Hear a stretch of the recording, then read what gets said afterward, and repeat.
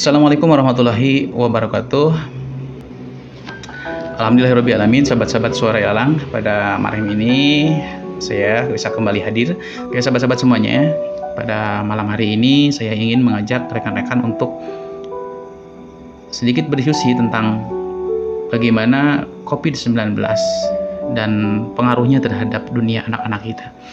Kenapa ini penting? Karena jangan sampai fokusnya kita pada penanganan COVID-19 itu kemudian melupakan terhadap keharusan kita memperhatikan tentang keberlangsungan kehidupan anak-anak kita, baik kehidupan kesehariannya, mulai dari aktivitas mereka bermain, apalagi aktivitas pembelajaran. Karena COVID yang sedang kita hadapi hari ini adalah wabah yang kita belum tentu bisa menentukan sampai kapan berakhirnya. Kita sudah 2 tahun menghadapi dan harus bersanding bersama-sama dengan COVID-19. Dan kita tidak pernah tahu apakah kita akan menghadapi ini sampai 1 tahun yang akan datang, 2 tahun, 3 tahun, atau bahkan mungkin 5 atau 10 tahun yang akan datang. Sementara anak-anak kita akan tetap tumbuh dan berkembang. Mereka tidak akan rest, tidak akan beristirahat, berhenti untuk berkembang. Kita tidak ingin anak-anak kita akhirnya tumbuh dan berkembang dalam kondisi keterbengkalaian pelayanan pendidikannya, ataupun ada bagian dari proses perkembangan dan pertumbuhan di kehidupan mereka yang akhirnya loss. Dan lossnya ini jangan sampai loss dari proses pertumbuhan pendidikan. Nah, sahabat-sahabat semuanya, oleh karena itu mari kita bersama-sama, selain kita berikhtiar semaksimal mungkin untuk mengatasi tentang bagaimana cara kita mengakhiri penyebaran virus corona ini, kita pun harus sama-sama juga berpikir tentang bagaimana tetap menjaga aktivitas anak-anak kita, bagaimana kita menjaga keberlangsungan pendidikan anak-anak kita. Sahabat-sahabat semuanya, ini sangat penting sekali ya, sangat penting sekali, karena bagaimanapun proses yang hari ini dihadapi oleh anak-anak kita, baik proses bermainnya, interaksi, bersosialisasi, kemudian proses pendidikan anak-anak kita itu mengalami sebuah perubahan yang luar biasa dahsyatnya. Dulu sebelum datangnya COVID-19, dunia pendidikan kita masih menganggap barang asing terhadap teknologi komunikasi dan informasi yang dimanfaatkan untuk pendidikan.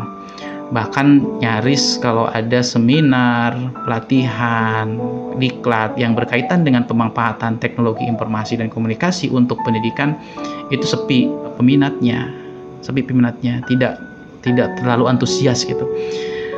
Karena saat itu banyak orang berpikir bahwa ini adalah sesuatu yang hari ini belum dibutuhkan gitu. Kita belum butuh teknologi untuk melakukan sebuah pembelajaran. Itu hanya untuk orang-orang yang ada di kota, sekolah-sekolah yang bonafit dan sebagainya. Namun tiba-tiba 2 tahun yang lalu Allah mendatangkan COVID-19 kepada kita. Dan seketika itu pula, saat itu pula kita harus merubah segala hal yang kita lakukan, dari hal yang biasa kita lakukan secara tatap muka, bertemu dengan orang, kemudian harus terfasilitasi oleh teknologi. Di satu sisi, inilah berkah. Apa berkahnya? Yaitu transformasi penggunaan teknologi dalam pendidikan. Kalau saja tidak datang COVID-19, saya tidak yakin hari ini guru-guru kita, pemerintah, orang tua, anak-anak kita familiar menggunakan benda-benda yang berkaitan dengan teknologi ini untuk kegiatan pembelajaran. Bahkan mungkin ya seperti 2 tahun yang lalu, masih menganggap itu bagian dari hal yang belum dibutuhkan oleh kita. Tapi hari ini menjadi sesuatu yang sangat penting. Ini menjadi hal yang sangat utama. Bagaimana setiap hari guru kita, anak-anak, orang tua, itu mereka harus membuka handphonenya, harus membuka gadgetnya. Untuk apa? Untuk melakukan sebuah proses pembelajaran. Di satu sisi ini adalah berkah untuk kita semuanya.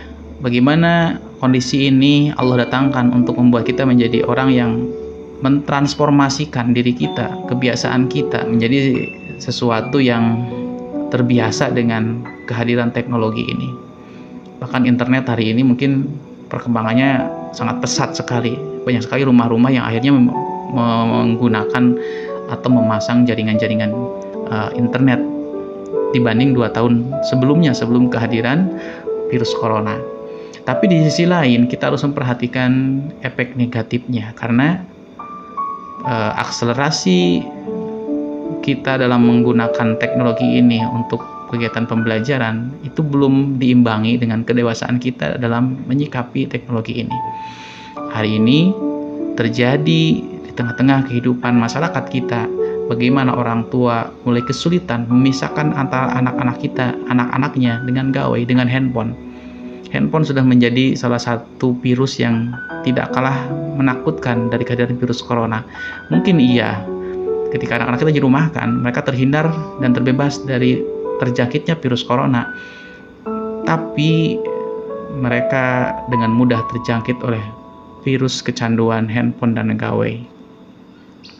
Oke, saudara-saudaraku sekalian, kita kembali ke tema yang kita bicarakan tentang bagaimana virus corona ini dengan kehidupan anak-anak kita. Dan saya kembali mengingatkan bahwa ini adalah hal yang sangat penting, karena kita di tahun 2045 itu akan menghadapi satu masa di mana disebut masa bonus demografi untuk Indonesia. Kita akan mengalami bonus demografi tahun 2045. Bagi yang belum tahu apa itu bonus demografi, yaitu nanti penghuni Indonesia ini, penduduk di Indonesia ini, kalau sekarang 270 jutaan, nanti wallahu alam ya, apakah bertambah atau berkurang atau mungkin tetap seperti itu dihuni mayoritas oleh penduduk-penduduk di usia produktif. Apa itu usia produktif? Usia di mana penduduk Indonesia ini adalah penduduk-penduduk yang lagi, kalau bahasa Sundanya, lagi memejehna atau lagi powerful, lagi kondisi ide-idenya luar biasa, gagasannya luar biasa, kreativitasnya luar biasa, inovasinya luar biasa. Tapi itu kalau apa? Kalau anak-anak muda, pemuda-pemuda penghuni Indonesia di tahun 45 itu adalah anak-anak yang memang cerdas, anak-anak yang memang punya kreativitas tinggi, anak-anak yang mampu membuat berbagai macam inovasi-inovasi yang luar biasa. Tentunya itu adalah harus dihasilkan dari proses pendidikan sebelumnya. Maka bukan sebuah hal yang mustahil kalau tahun 2045 ini akan menjadi tahun yang luar biasa kalau penghuni negeri ini dihuni oleh anak-anak muda pada saat itu yang memang jumlahnya mayoritas adalah anak-anak muda bibit unggul, di mana mereka memiliki ide, gagasan, kreativitas, inovasi yang luar biasa. Dan sekali lagi itu akan ditentukan oleh apa? Oleh kehadiran kita hari ini. Karena anak-anak yang para pemuda tahun 2045 itu adalah anak-anak yang hari ini kita didik, hari ini kita bina. Jadi tahun 45 Indonesia akan betul-betul mendapatkan berkah bonus demografi atau tidak, tergantung kita hari ini. Sementara kita hari ini harus berhadapan dengan virus corona. Kita bisa membayangkan kalau tahun 45 itu penduduk Indonesia dihuni oleh mayoritas para pemuda yang memiliki kecakapan yang rendah, memiliki daya pikir yang lemah. Ini bukan bentuk pesimisme ya, bukan bagian dari bentuk rasa ketakutan yang berlebihan, tapi ini cara kita mencoba untuk berpikir realistis dengan kondisi saat ini. Kalau 2045 itu dihuni oleh generasi-generasi kita yang belum siap dari segi kreativitas, dari segi kemampuan, pengetahuan, keterampilan, maka kita bisa membayangkan bahwa di tahun 45 itu bonus demografi itu tidak akan betul-betul menjadi berkah untuk negeri kita, tapi justru bisa menjadi bencana untuk negeri kita. Oleh karena itu, kondisi kita hari ini, anak-anak kita hari ini, itu akan jadi penentukan. Maka saya mengajak rekan-rekan semuanya, sahabat-sahabat semuanya, untuk yuk kita bersama-sama memisihkan pikiran kita, waktu kita, tenaga kita untuk memikirkan tentang bagaimana kita menyiapkan anak-anak kita. Siapa sih kita? Kita semua.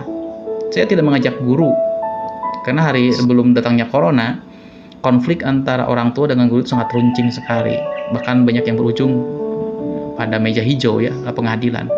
Hari ini kita harus kembali mengingat nasihat orang tua kita, tokoh pendidikan kita, yaitu Ki Hajar Dewantara, yang beliau menyampaikan bahwa setiap kita adalah guru dan setiap tempat adalah sekolah.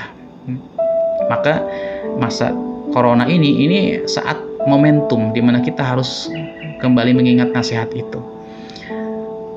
Dan Mari kita bersama-sama berpikir dengan jernih bahwa hari ini anak-anak kita itu waktunya nyaris penuh bersama dengan orang tua. Nah, oleh karena itu maka solusi untuk kita menyiapkan generasi terbaik di tahun 45 adalah mari kita bersama-sama membangun kesadaran bahwa kita semuanya adalah guru untuk anak-anak kita. Kita semua menjadi guru untuk setiap anak yang ada di sekitar kita. Dan kita semua harus menyiapkan semua tempat yang ditempati oleh anak-anak kita itu menjadi sekolah untuk mereka. Yang pertama, mari kita bangun kesadaran di rumah-rumah kita masing-masing. Proses pendidikan hari ini sangat bergantung kepada kehadiran orang tua. Karena waktu anak-anak kita dulu saja ketika belum zaman COVID-19, 70% waktu anak kita itu habis bersama orang tua dan masyarakat lingkungannya dengan teman-temannya, dan hanya 30% saja waktu mereka habis dengan gurunya di sekolah. Karena jam belajar kita di masa normal dulu itu hanya dari jam 7 sampai duhur ya, sampai jam 1-an. Sementara sisanya anak kita pulang ke rumah, bersama dengan orang tuanya, bertemu dengan saudaranya, bertemu dengan keluarganya, bertemu dengan masyarakatnya, dengan teman-temannya, dan itu juga tempat mereka bermain, tempat mereka belajar. Hari ini pembelajaran kita ditiadakan dan nyaris semua kegiatan pembelajaran anak-anak kita itu ada di rumah kita masing-masing. Sehingga peran orang tua itu nyaris 100% mempengaruhi kondisi anak-anak kita hari ini. Guru itu harus menjadi mitra orang tua yang paling dekat. Orang tua hari ini memiliki waktu yang penuh dengan anaknya, tapi mereka tidak disiapkan untuk menjadi pendidik, untuk menjadi pengajar. Mungkin yang sepersekian persentase orang tua yang mungkin paham tentang bagaimana cara mendidik dan mengajar. Maka guru yang disiapkan menjadi orang yang memang harus memahami tentang cara mengajar, cara mendidik anak-anak, itu harus menjadi mitra orang tua. Mereka harus mampu membuat desain, berkomunikasi, menjadi teman dan tempat berdiskusi untuk orang tua tentang bagaimana cara menyiapkan pendidikan untuk anak-anaknya. Jadi tugas guru hari ini, karena mereka tidak harus hadir dalam kelas, mereka harus mampu menjadi konsultan untuk para orang tua tentang bagaimana menyiapkan anak-anaknya agar mereka tidak lost knowledge, ya, tidak lost value karena alasan COVID-19. Kemudian kita harus membangun masyarakat kita untuk sadar bahwa masyarakat itu adalah tempat belajar anak-anak. Banyak hal yang baik akhirnya gugur.